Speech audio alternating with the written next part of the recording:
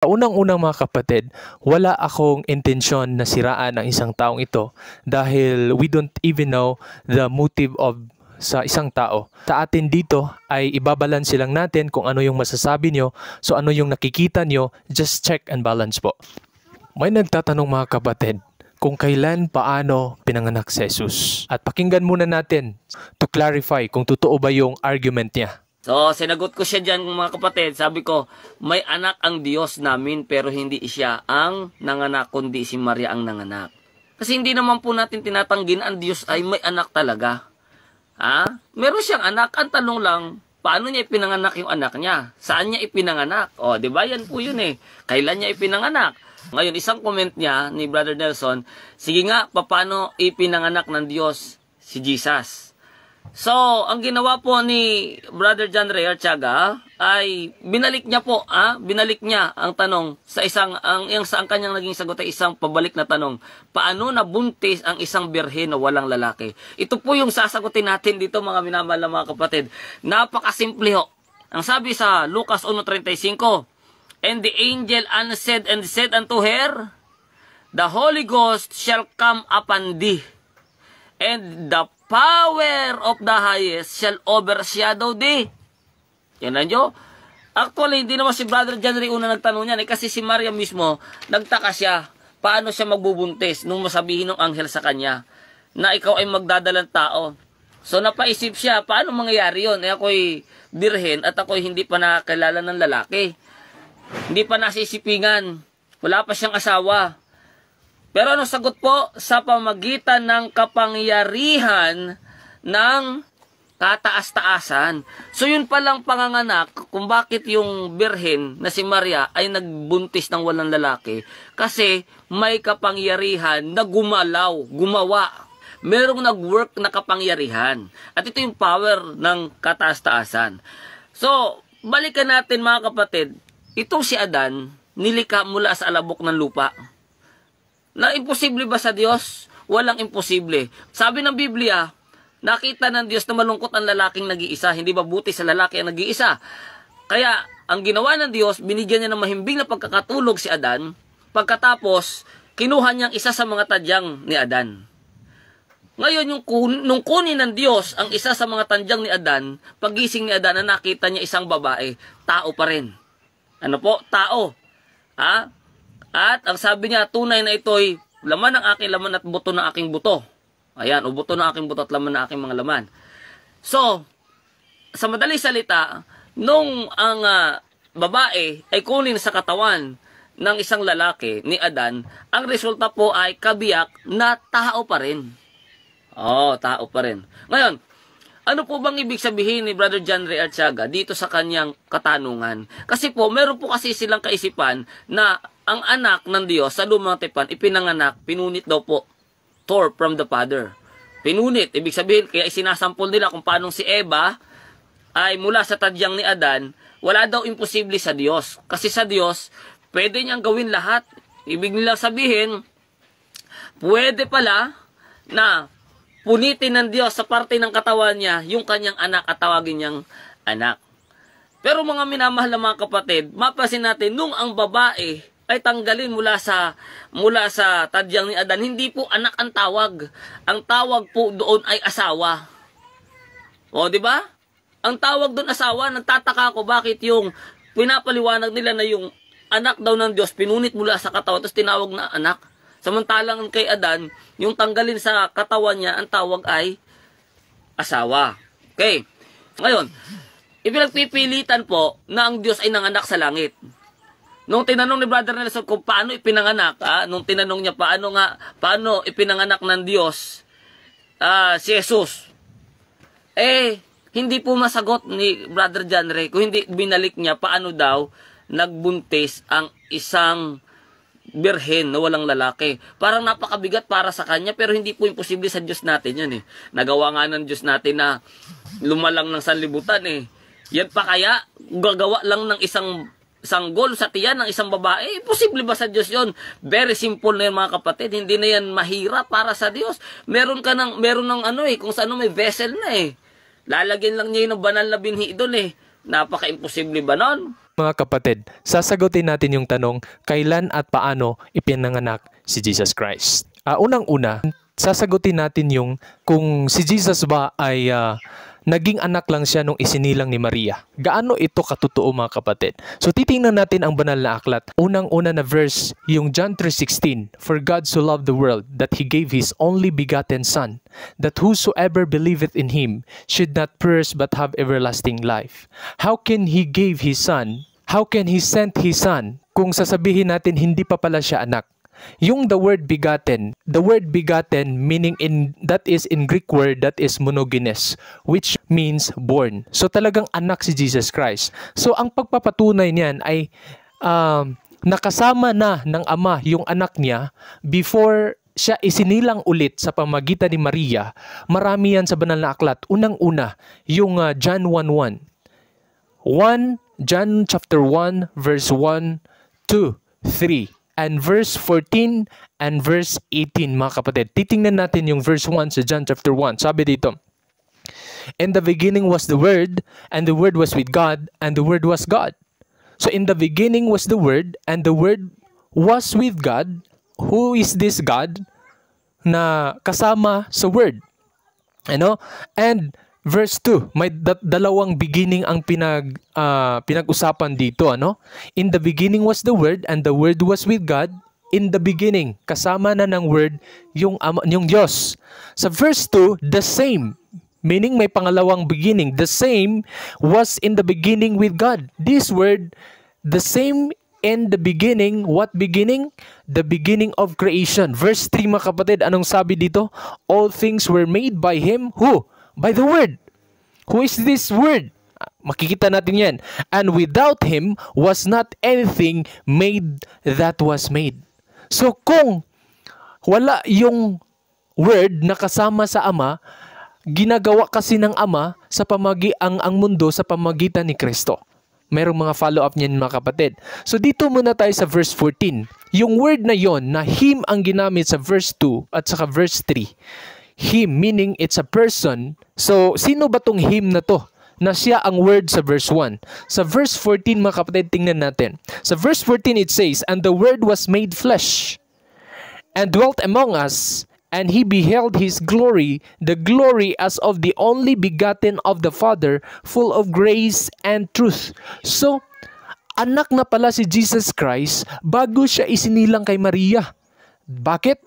Ginawa ni Jesus Christ ang buong mundo. Siya yung channel, bakit nagawa tayo? Nagawa yung buong mundo mga kapatid. So tingnan mo, sa verse 18. Ito'y nagpapatunay na before He was born again through Mary, ay kasama na pala si Jesus Christ ang anak. Verse 18, "And no man had seen God at any time, the only," what?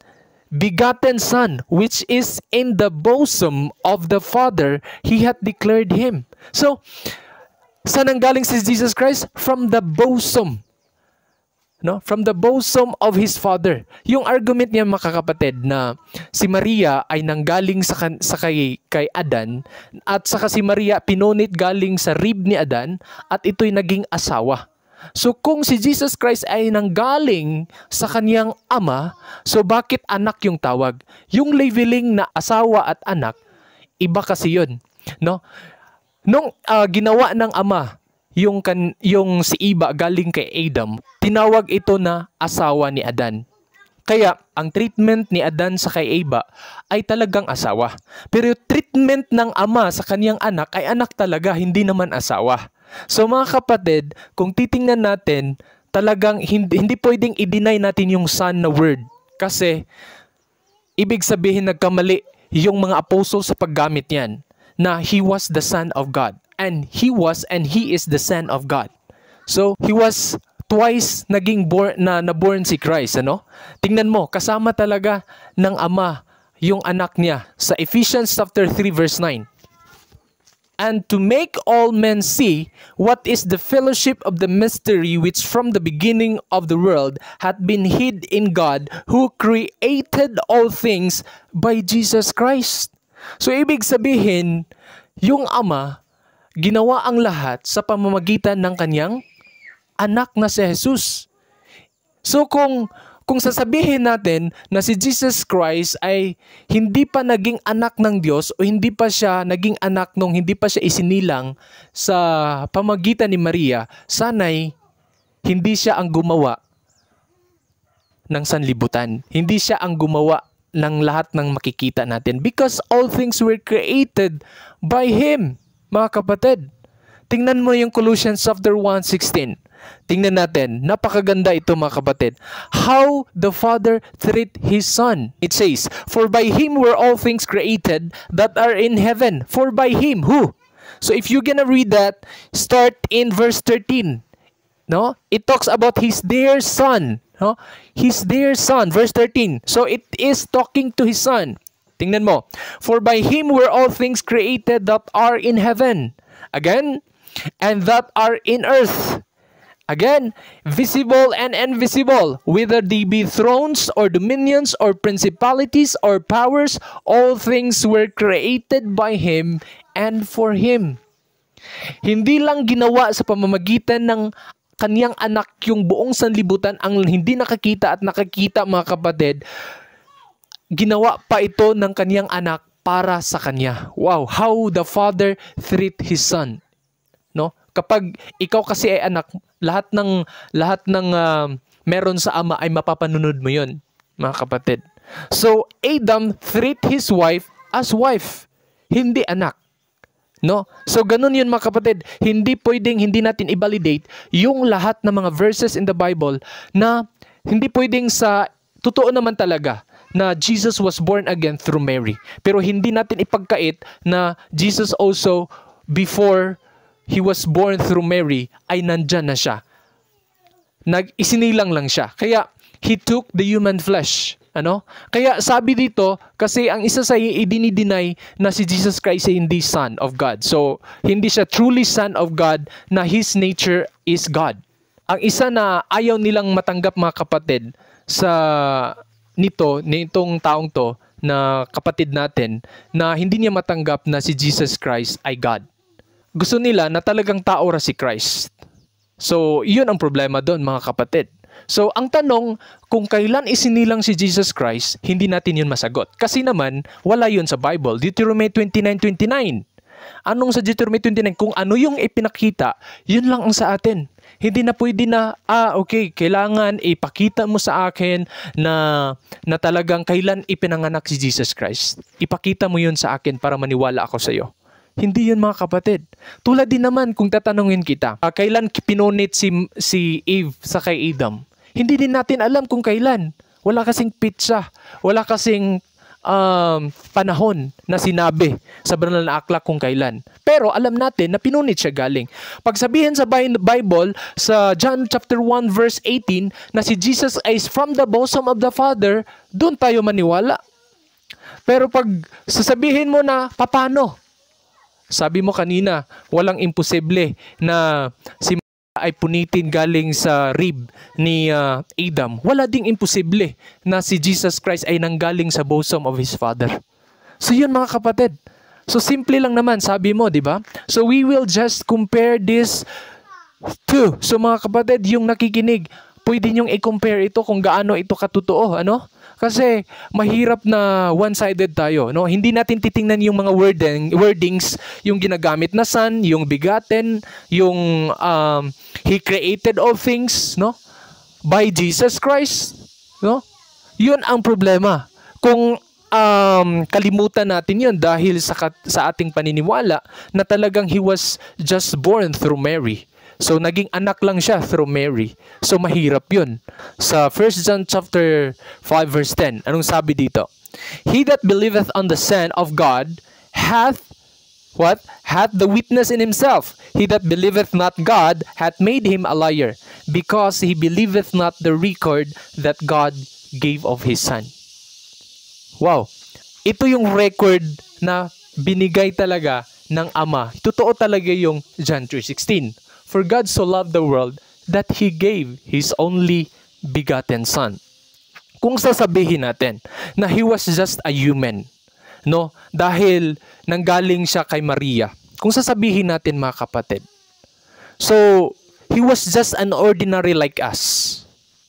So hindi maging totoo itong sinabi sa John 3:16 na ipinadala niya yung anak niya. At hindi rin maging totoo ang sinabi sa John chapter 1 na kinilala ng mga apostoles na the Word was God and Jesus Christ was already there before He born again through Mary.